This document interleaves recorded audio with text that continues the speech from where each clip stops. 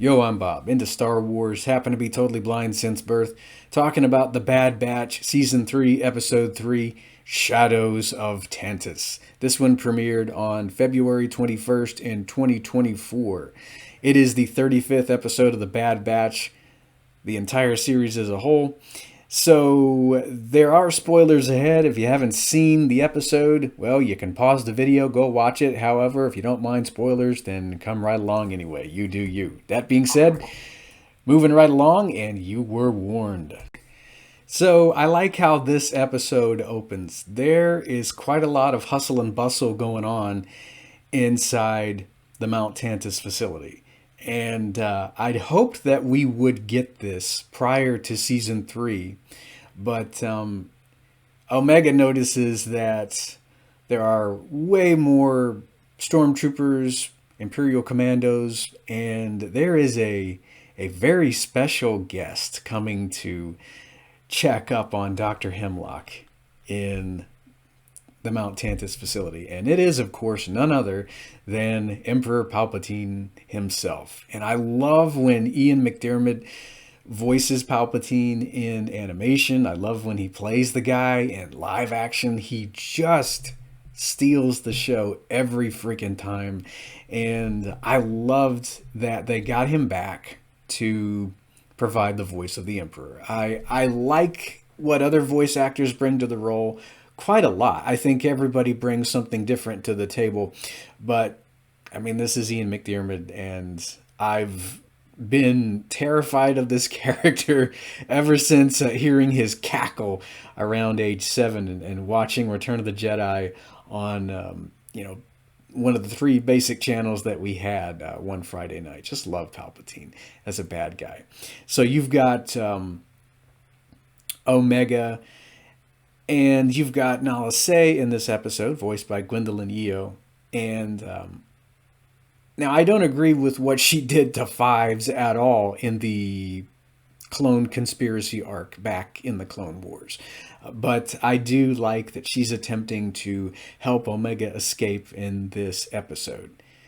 Because she knows that if Omega's blood is revealed to be able to have a hand in the replication of the M count or midichlorian count, then that's basically going to be it for her. So, I mean, she's grown attached to Omega, as I mentioned in the episode 1 review of season 3, and she's doing her best to help Omega get out of Tantiss before they unalive her, because I think that's exactly what they do. So when you see the shuttle coming out of hyperspace, escorted by the V-Wings, I think it's a really chilling scene. You've got a variation of Palpatine's theme playing as the shuttle lands. And Royce is seriously brown-nosing here. I mean, that's what Imperials do. Royce has his eye on a much larger prize than overseeing things in Mount Tantiss. He wants to be the official Minister of Science. He wants to be over the entire science core. So he's saying all the right words. I like how he's talking about how the exotic matter facilities have been expanded and how this is going to provide alteration and testing on much larger assets. When he said that, I immediately thought of the Zillo Beast clone that we got to see in Metamorphosis. So maybe we're not done with Big Z in the Bad Batch. I tend to wonder if that's going to be something that is unleashed toward the end of the season.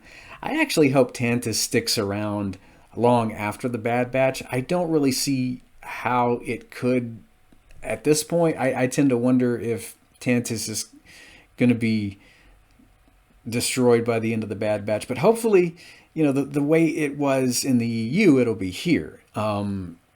We'll have this playing a much larger role in perhaps more Ahsoka seasons, maybe the Mando movie. I'm not sure. But yeah, right now, a lot of things are going on in the shadows. And Palpatine, he's not on base to talk about, the much larger assets. He's here to talk about Project Necromancer. And that is, of course, something that we heard Gilad Pelion mention in chapter, I think it was 23 of The Mandalorian. That, of course, culminates in Rise of Skywalker, when we see the clone emperor in the Omen harness there. And but I like how he's just kind of taken some time away from Coruscant to see what's going on inside Mount Tantiss in this episode.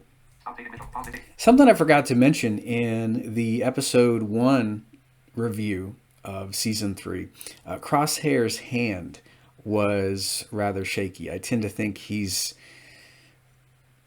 not been doing so well under Imperial interrogation, and I think they've really messed up his ability to be a sniper with all the torture he's been undergoing. And I like how the audio description track pointed that out in the first episode, where his hand is kind of undergoing these little tremors. So no wonder he feels like he's useless now. He's got to deal with his shaky hands. And there are Dark Tower spoilers ahead. Mine are Dark Tower 5 spoilers. Just saying. Moving right along, though, if you've read the Dark Tower 5, you know that Roland, he has something going on with his hands in that. So I immediately thought of my favorite gunslinger in terms of him having dry twist, as it were, in that book. You know, when Crosshair has to deal with this, I kind of, my mind took a little bit of a side trip, and I thought of Roland. Because, I mean, I really do like these two characters, and can't help but think of Roland of Gilead when you think of Crosshair in the Bad Batch. I like how Crosshair, he's not really wanting to go anywhere. He feels like he's a liability, I think, up to this point. But, of course, Omega convinces him that the time to escape has come. And they're going to do it while Palpatine is on base.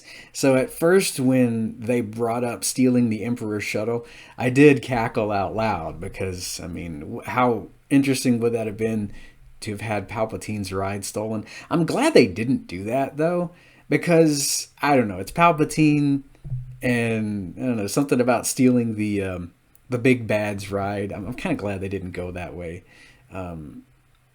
They wind up getting out another way. And I like the tension that's building as Omega is trying to work her way out of the facility. She's got to deal with Emery, and Emery gets wind of what's going on. She knows Omega wants to escape, but she's not ready to hurt her in any way. This is Omega's sister, as it were, and Emery's attempting to talk things out with Omega before Omega and Crosshair head out through the Lurka Hound kennel. I really like the Mount Tantiss facility. I think it would have made a great playset. If we were still in the 80s and 90s, I think this thing would have made a fantastic, massive playset. I mean, if you were into bad guy bases in the 80s and 90s, this thing probably would have stood right alongside the Terrordrome from, you know, G.I. Joe in the 80s, Snake Mountain from Masters of the Universe. You were a 90s kid, it could have gone great with the Technodrome from Teenage Mutant Ninja Turtles. I love bad guy facilities, and I like that we are getting kind of a tour of Tantiss. They go to the vault in this episode, and we kind of get a look at what's going on in there. We don't see much. I think there are probably quite a few test subjects suspended in some kind of fluid. I'm not sure. The audio description track doesn't really go into that, but yeah, we get to see a bit of that. And before Palpatine leaves, I like how he's leading Hemlock on, because Hemlock is really wanting to be promoted, and Palpatine is making the guy feel special by telling him he's a brilliant asset to the Empire. He says, you know, whatever you need in order to secure this Empire's future, in order to make progress in Project Necromancer, you'll have whatever resources you need. And when Palpatine says secure the future of the Empire, of course he's saying whatever you need to secure my future. you'll have those resources. So Palpatine, it all, of course, comes back to Palpatine making contingency plans, Palpatine cheating death. And, that's what we see here. If Royce thinks that Palpatine is going to give him candy and cake and he's Grandpa Palpatine's favorite, he is, of course, deluding himself. And I think Royce is probably going to be coming to that realization at the end of the third season. I don't think Royce is going to last beyond the Bad Batch. Hey, it'd be cool if he does, because he's a bad guy that I love to loathe alongside Palpatine. But yeah, when you put Jimmi Simpson and Ian McDiarmid in the same episode, I love these two together. I don't know if they recorded alongside each other. I'm guessing probably not. But I love the scenes with these two in the episode quite a bit. Okay. I thought they were going to kill Nala Se off in this episode. I mean, she's been with us since the Malevolence arc, way back in season 1 of the Clone Wars. And I seriously thought that this was her swan song in episode 3 here. But, I mean, why would it be? Royce still has use for her, even though Omega makes it out of the Tantiss facility.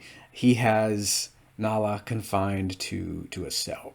So, he needs her big brain in order to further Project Necromancer, as well as the other experiments he's working on for Palpatine. So, she's still around, for the time being. I love filming these as season 3 is airing, because as I'm filming this, I got no idea what's going to happen after this episode. But once Omega and Crosshair make it out of the facility, we get to see the massive Dryax species. And I think this is their first appearance, barring, I think, them being mentioned on StarWars.com at some point before the episode premiered. But yeah, we get to see them. The audio description track narrated them being just massive beasts with lupine features, pretty hairy. They can take on, I think, a pack of Lurka hounds. And speaking of Lurkas, since Omega had fed and basically domesticated Batcher in the first episode of this season, of course, her positive actions have positive consequences, because here comes Batcher from out of nowhere. And, she kind of helps them get to the down shuttle. They manage to take off. And, of course, right as they're leaving, a successful midichlorian count transfer occurs.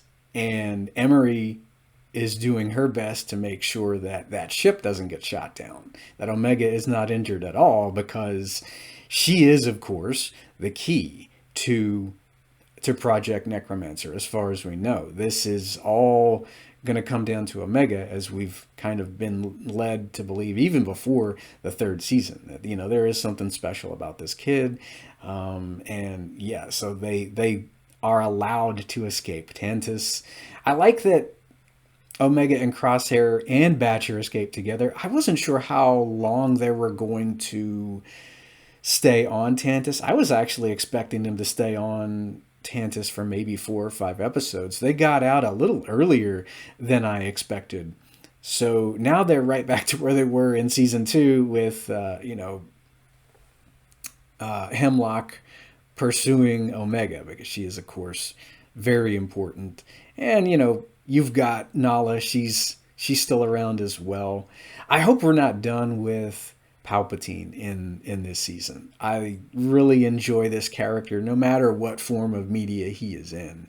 Sidious is creepy. He's sometimes terrifying. He's manipulative in the political field. He's always trying to think leaps and bounds ahead of the other characters. And I rather enjoy seeing him making contingency plans to stick around long after those who serve him are no longer with him. So, I mean, I love this episode. I don't think I can think of anything negative to say about it. I kind of wish that Palpatine had been featured in the episode a little bit more. But I mean, he's scarier when you see less of him. I think just to have him in one or two scenes, I think was fantastic. Just as he was in the second season when he showed up on the Senate floor for just a minute, and we got that scene there in season 2. So I think that's kind of what they did with him here. I haven't played I Wish Hasbro Would Make That yet this season, have I? Needless to say, I would love a massive dry axe in the vintage collection. I think Batcher would make a fun Funko or plush kind of thing. I know Alicia on Twitter was really wondering where all that merchandise was, because we both agree that it would sell itself practically. I do miss the days of Hasbro Star Wars figure and creature assortments, and we don't have Omega in the vintage collection yet, but how cool would it be to get her with Batcher? I don't know who could come with a massive dry axe, probably some kind of Imperial Commando maybe, or just a run-of-the-mill Lurka Hound. You could pack in another one of those with a big honking dry axe from Wayland.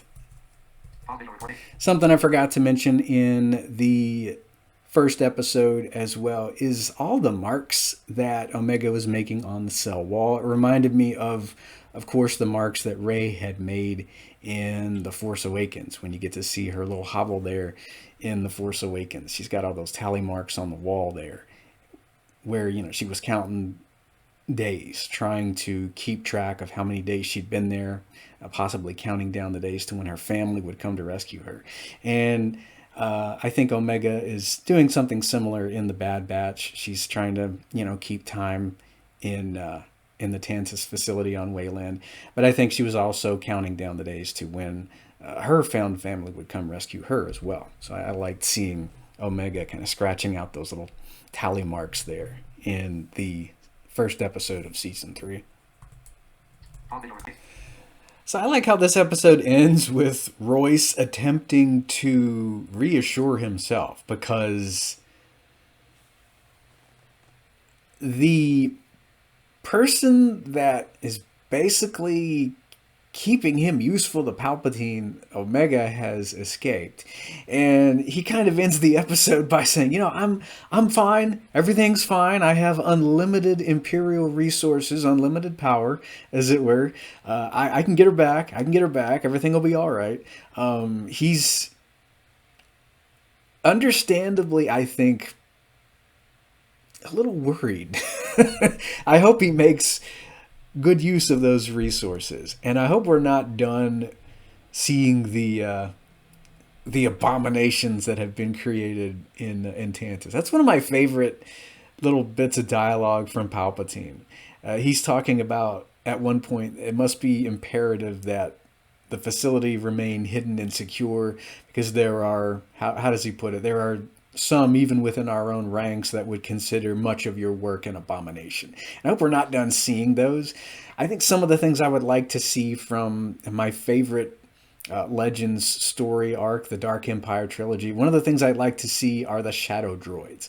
And they are basically battle droids that have been given the salvaged brains of Imperial fighter aces. So, I can see some V-Wing pilots, having their brains put into battle droid bodies at some point in the new timeline. I loved all the Dark Empire weapons that had been created when Clone Palpatine made his comeback in Legends continuity. I think the shadow droids were one of my favorite weapons that we got to see, or I got to hear about, in the Dark Empire audio adaptations of those comic books.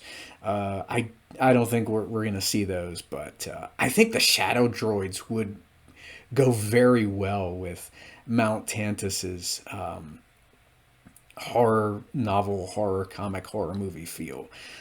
Love that bit of Star Wars lore when it comes to the Dark Empire stuff, as well as hints at some of the other things that Royce and his crew are working on. I guess that'll do for this Star Wars episode review. Next time, we're going to be talking about, what's the episode called? Hang on a minute. A Different Approach, I believe. That's the 4th episode. It hasn't aired yet, so I haven't memorized all the titles or anything. It's about a week from when the episode's going to air. But I like the first 3 episodes, and I can't wait to see what's going to happen to Omega and Crosshair next. Hopefully they will be reunited with the Batch pretty soon. And I hope to see the character that everyone was talking about in the Season 3 trailer. You know who I'm talking about if you've seen the trailer. I should have done a reaction to that on this channel. There's just so much going on that week. But yeah, spoilers ahead. If you haven't seen the trailer, yeah, it's Ventress in some shape, form, or fashion. Can't wait to see her showing up this season. She is one of my all-time favorite characters. So until the next episode review, may the Force be with you guys.